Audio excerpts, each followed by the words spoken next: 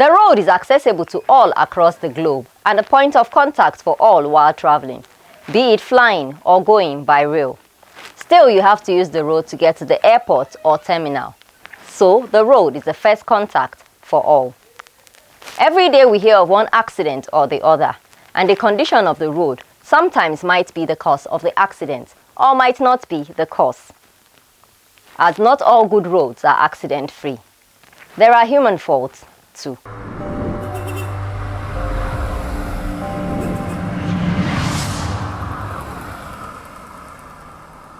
Welcome to Road Matters, your guide to safety on the road. I am Fatima Omar. Now, the road plays a part that leads to the rail, and there is always a point of contact with the road and the rail. But the relationship between the road and the rail can lead sometimes to serious accidents if the rules are not strictly followed.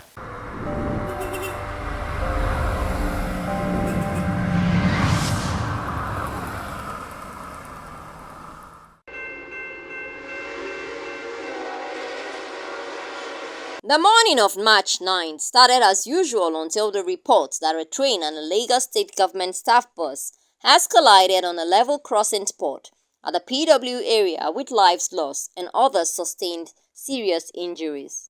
This has brought to the front burner the safety of road users and the connecting factor to the rails that could lead to accidents, either loss of control of the vehicles or rails, detachment or derailment, or locomotive failure on the part of the rails. I see many people inside. There is blood inside the bus everywhere. So people wound seriously. For instance, I run inside the bus and rescue people inside the bus. Some shouting, some they can't shout, so they wound seriously.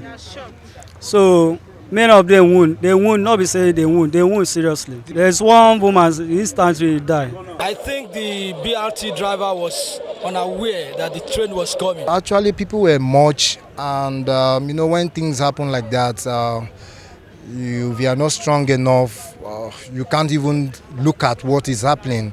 Because when the incident happened, there was a lot of blood. I cannot even stand to be looking at it until when the rescue team came.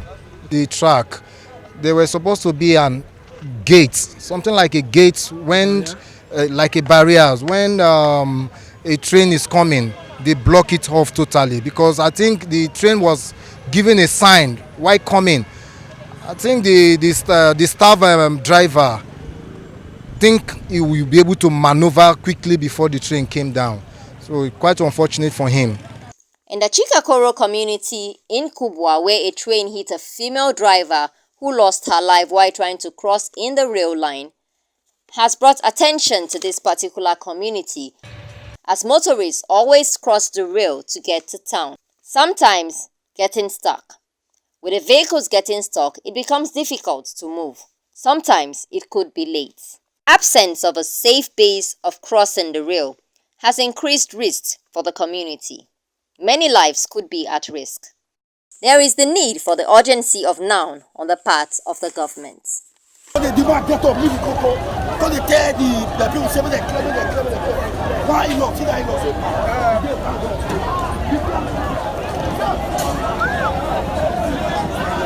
Recent accident, the derailment in Lagos, so unfortunate.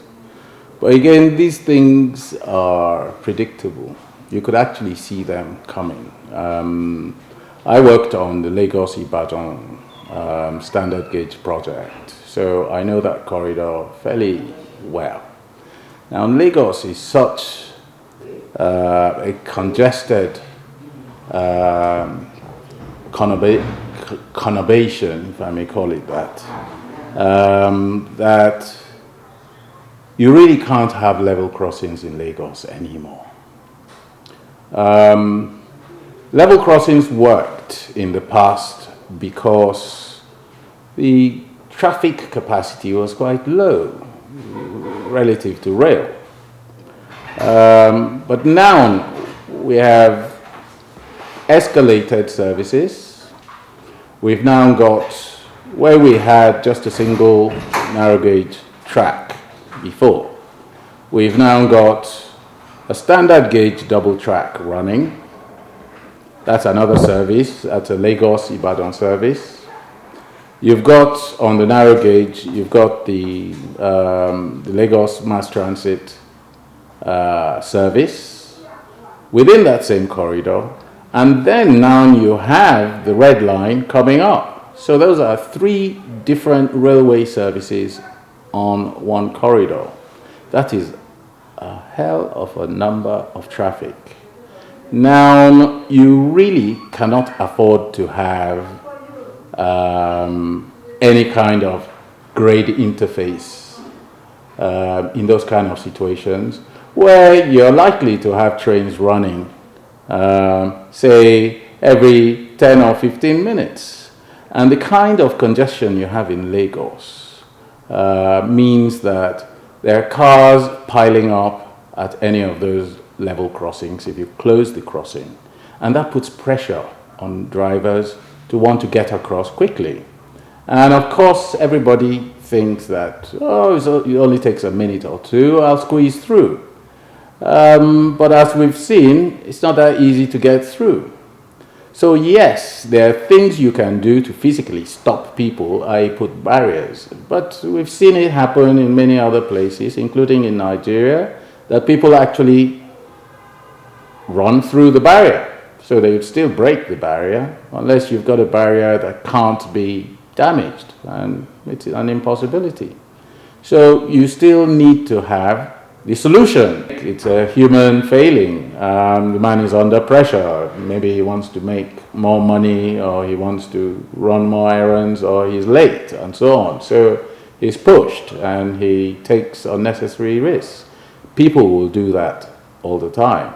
What you have to do is to put those barriers in place, prevent them from, even when they are, from hurting themselves or other people. It's total grade separation, that's what we call it. That means that the road and the railway don't meet. Where they meet, you'd have a bridge over the railway, or the railway goes under or goes over. But the 2 of them shouldn't be intersecting. One should go over or under the other. That's what I mean by total grade separation. That's what you need within that Lagos axis.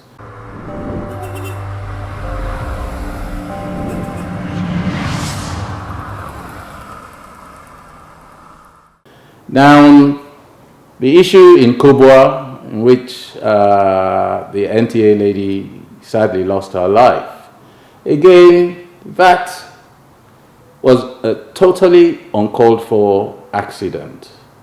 According to the ministry and the NRC, it was an illegal crossing, meaning that that crossing was not official, it had been created by users and so on. Well, somebody's responsible for the track. And the moment they realized that that track was being crossed at that point, it was for them to close it. So they were negligent in not closing that. And if you go back to the history, to the concept of the standard gauge railway, was not supposed to have any level crossings. A very modern railway track. It's supposed to be fenced off all the way. That's why it turned out so expensive. It's $8.3 billion from Lagos to Kano. Now we're going to spend a lot more to build the same line. So where are the fences? The fence is in the bill. Why hasn't it been built? So those are questions that are relevant that the authorities need to answer. But going beyond the authorities answering them, these are where they can learn a thing or two from what has happened, that they need to raise their game to meet their obligations. And their obligations is to keep users and all stakeholders safe. Trains are dangerous. They move very quickly, and they are slow to stop. It takes about 1 kilometer to stop a train. That is the distance it will travel from when it applies the brakes to when it eventually stops. So trains can't stop the way cars stop suddenly, which means that you need to protect the public that use the trains and the public that interface with the trains you need to protect people from danger. And the authorities need to do a lot more to protect people. They do have bells in certain jurisdictions, but again, when you think in terms of places like Lagos, where there's so much congestion and so much impatience, regardless of how much you ring your bell, the man who's under pressure to cross the track will cross it if he sees the opportunity, and he'll take the risk. The solution, the permanent solution, is to have total grade separation. It's very expensive. You can imagine building flyovers at every intersection, especially in Lagos. They're building 10 at the moment. But then I think the last time I did check on the number of crossings within Lagos, within the first 30 kilometers from Ebute Metta, it's probably about 15 or 17. Which means to build 10, either you close 7 so that only the 10 are in operation, or you're maintaining manual crossings, i.e. level crossings, whilst the others are separated. But every level crossing that you have is an accident black spot. You can't get away from that. And so when we build new railway, we mustn't include level crossings in them. We must separate them from the grade. The NRC, who's the operator, and the community need to come to terms. They need to agree. Because if people need access to their property, and the only way they can access their property, I'm sure there's an alternative access. It's probably not the quickest, which is why people are crossing the track, because it's probably shorter. But notwithstanding, the NRC is supposed to make it easier for people, not harder. So if they fence off that bit of the track, then they have to provide, or should provide, an alternative for people to cross the track. And that may be a road over rail bridge, i.e. what you call a flyover. But you've got to do something, and you've got to separate it. Each time there's a reaction from governments, agencies and other stakeholders, but after some time the tempo subdues naturally until another accident happens for actions to be taken. With the hazardous nature of the train, especially when it comes to making it stop abruptly, the normal practice in most countries of the world is to install and maintain warning lights or bells to warn off approaching trains, especially at level crossing. But in Nigeria, such bells and lights are rare to find. Many drivers do not understand the dangers of railway intersections as they take unnecessary risks and the rails around the rails. There is need for education and sustained campaigns in the reduction of rail accidents.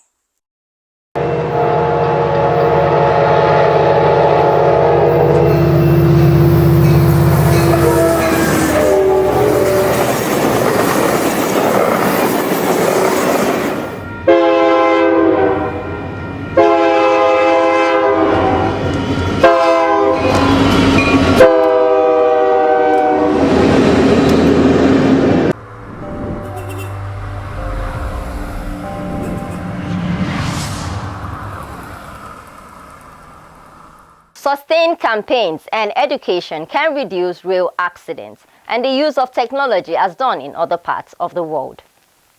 Now for some tips. Let's join Usman Adaji as he emphasizes measures to take for safety on the railroads.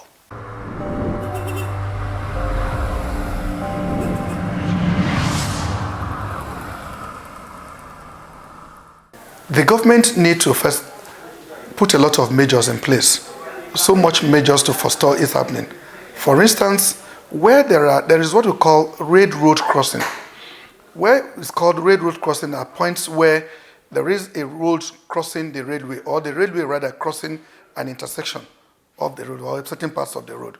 Now what is expected is that, like it was done in the previous years, way back, like I was trying to give instances in some quarters.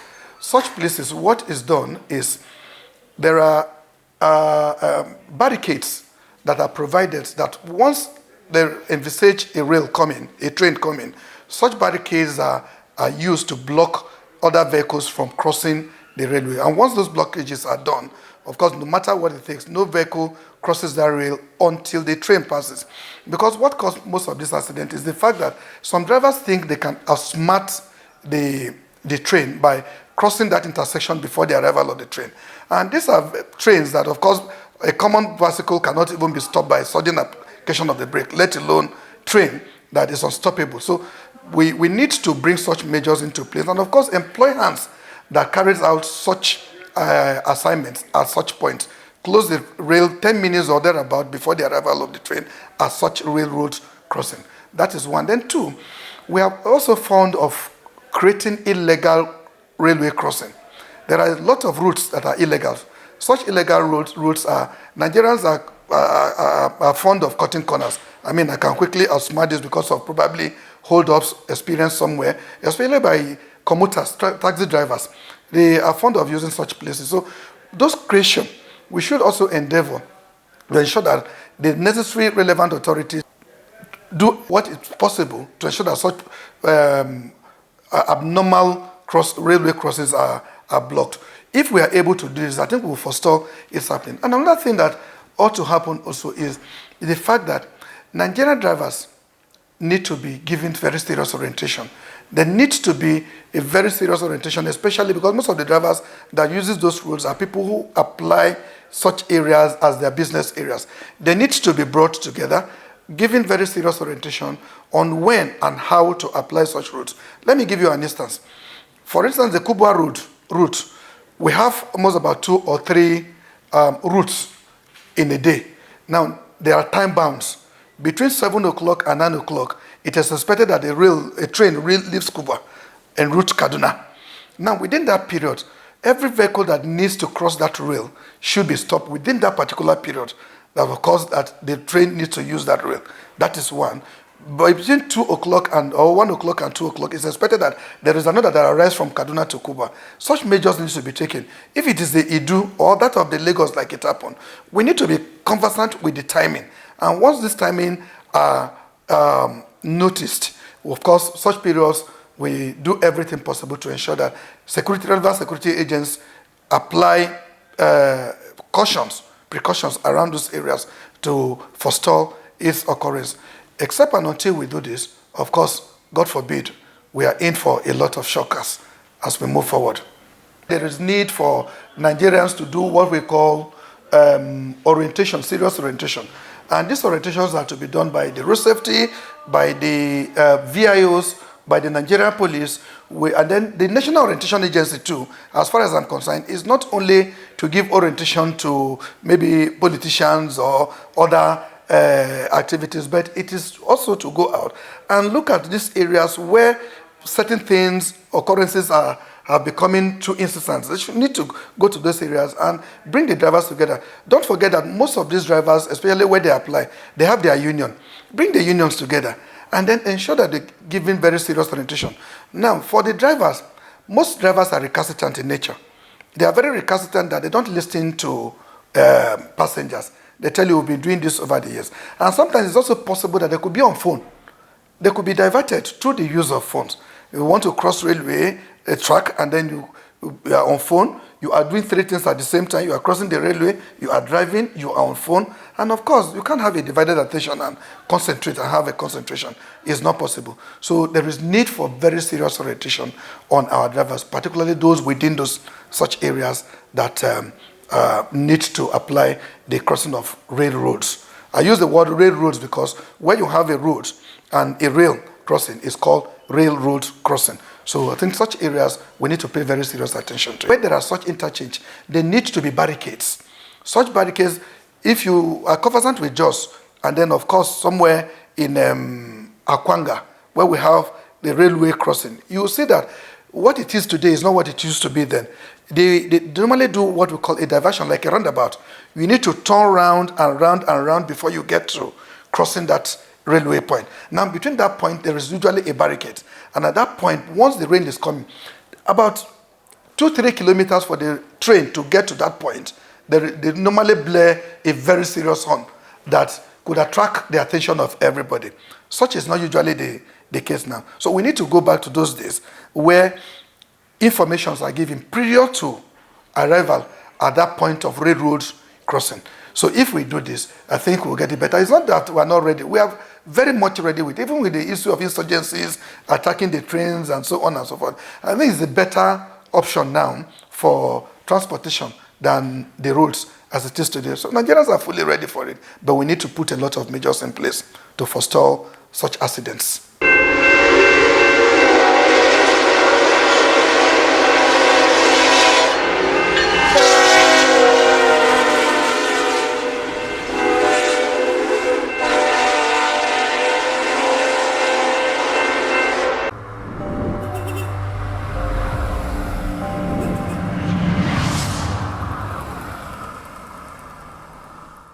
Sustained safety strategies in and around the trains can create more safety-conscious users and safer roads. That's all we have for you on this episode of the program. Do follow the program on the social media handle on Twitter at Road Matters NTA. Until the next episode, I am Fatima Omar. Stay safe as you use the road and drive to live. Bye-bye.